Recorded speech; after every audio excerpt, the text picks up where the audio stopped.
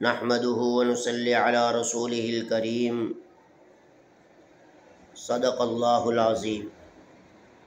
میرے عزیز بھائیوں اور نوجوان ساتھیوں، آج میں آپ کے سامنے اس اللہ والے کا ایک واقعہ بیان کرنا چاہتا ہوں کہ جس نے اپنے علم کی وجہ سے، اپنے علم کے بدولت ایک کافر کو ایسا متاثر کیا کہ وہ علم کے ان سوالوں کے جوابات سن کر متاثر ہو کر نبوت کا کلمہ پڑھ کے مسلمان ہو گیا۔ تاریخی روایت میں یہ واقعہ ایک اللہ والے کا ذکر کیا گیا ہے کہ ایک مرتبہ ایک اللہ والے کے پاس ایک کافر آیا، اس حال میں کہ اس بزرگ کے پاس ہزاروں لوگوں کا مجمع بیٹھا تھا اور رسول اللہ صلی اللہ علیہ وسلم کی احادیث سن رہا تھا، پڑھ رہا تھا۔ اس کافر نے کہا کہ او اللہ کے نیک بندے، میں نے آپ کی بڑی شہرت دیکھی ہے، سنی ہے کہ اللہ نے آپ کو بڑے علم سے مالا مال فرمایا ہے۔ آج میں آپ سے کچھ سوالات کرنا چاہتا ہوں، اگر آپ نے ان کا جواب دے دیا تو میں وہیں سب کے سامنے کھڑے ہو کر نبی پاک صلی اللہ علیہ وسلم کا کلمہ پڑھ کے مسلمان ہو جاؤں گا۔ اس اللہ والے نے فرمایا کہ کون سا آپ کا سوال ہے، کون سے سوالات ہیں؟ اس کافر نے کہا کہ حضرت میرا پہلا سوال یہ ہے کہ جب اللہ نظر نہیں آتا تو اس کو تسلیم کیوں کرتے ہو؟ جب ایک چیز نظر نہیں آتی تو اس کو کیوں مانتے ہو؟ اور فرمایا کہ میرا دوسرا سوال یہ ہے کہ شیطان پر جہنم کی آگ کیسے اثر کرے گی، یہ مجھے بتاؤ۔ اور تیسرا یہ سوال کہ ہر کام جب اللہ کی مرضی سے ہوتا ہے تو انسان کو اس کا ذمہ دار کیوں ٹھہرایا جاتا ہے کہ تو نے یہ کام کیوں کیا؟ جب ہر کام اللہ کی مرضی سے ہوتا ہے، انسان کو اس کام میں کیوں انوالو کیا جاتا ہے؟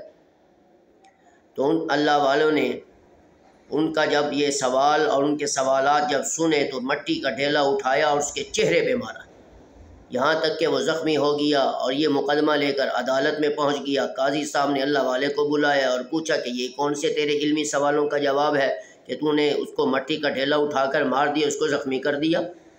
فرمایا کہ ان کے 3 سوالوں کا جواب ہے۔ تو اس قاضی نے کہا مجھے بھی بتاؤ کہ کون سا انداز ہے تیرے جوابات دینے کا؟ تو اللہ والے نے کہا کہ جب اس نے یہ سوال کیا کہ اللہ نظر نہیں آتا تو اس کو تسلیم کیوں کرتے ہیں، تو میں نے جب مٹی کا ڈھیلا اٹھا کر اسے مارا تو مجھے یہ بتایا درد اسے محسوس ہوا ہے، تو یہ درد کہاں ہے؟ درد تو نظر ہی نہیں آتا، تو اس نے اسے محسوس کیوں کیا؟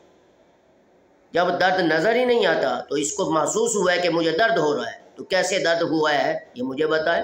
تو یہ ہمارا ایمان ہے، عقیدہ ہے کہ اللہ ہی ہے جو نظر تو نہیں آتا، لیکن ہمارا ایمان ہے کہ اس نے اس کائنات کو بنایا اور وہ چلا رہا ہے، اس کو مانتے ہیں، وہ رب ہے، مختار کل ہے، وہ حاجت روا ہے، وہ مشکل کشا ہے۔ پھر اس نے دوسرا سوال کیا کہ شیطان پر جہنم کی آگ کیسے اثر کرے گی؟ مجھے یہ بتلائے کہ انسان مٹی کے ڈھیلے سے بنا ہوا ہے، تو میں نے جب مٹی کا ڈھیلا اٹھا کر اسے مارا تو اس پر مٹی کے ڈھیلے نے اثر کیا، تو کیوں اثر کیا؟ مٹی سے بنا ہوا ہے نا، تو اسی مٹی نے اس پر اثر کیا تو اسے تکلیف ہوئی ہے۔ تو اسی طرح ہمارا عقیدہ ہے کہ شیطان اگرچہ آگ کا بنا ہوا ہے تو جہنم کی آگ بھی اس پر اثر ضرور کرے گی۔ اور تیسرا اس کا سوال یہ کہنا جب ہر کام اللہ کی مرضی سے ہوتا ہے تو انسان کو اس کا ذمہ دار کیوں ٹھہرایا جاتا ہے؟ تو میں نے جب اللہ کی مرضی سے مٹی کا ڈھیلا اٹھا کر اس کو مارا ہے تو مجھے اس کا ذمہ دار کیوں ٹھہراتا ہے؟ قاضی صاحب لاجواب ہو گئے۔ میں اللہ نے آپ کو کمال درجے کا علم عطا فرمایا، وہ قاضی بھی نبوت کا کلمہ پڑھ کے مسلمان ہو گیا، اور وہ کافر بھی جنہوں نے سوال کیا تھا اس نے بھی نبی پاک کا کلمہ پڑھ کے وہ مسلمان ہو گیا۔ میرے بھائیوں، یہ ایسا علم ہے کہ جس نے بڑے سے بڑے لوگوں کو نبوت کا کلمہ پڑھنے پہ مجبور کیا ہے۔ میرے بھائیوں، اس علم کی ہم قدردانی کریں، یہ انبیاء کی میراث ہے۔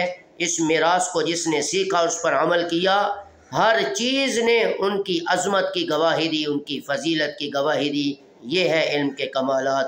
میری دعا ہے اللہ رب العزت ان اکابر علماء صلحاء کے نقش قدم پہ چلنے کی توفیق عطا فرمائے اور علم کو صحیح معنوں میں حاصل کرنے کی توفیق عطا فرمائے، تاکہ یہ علم جب ہم امت تک پہنچائیں تو ہمارے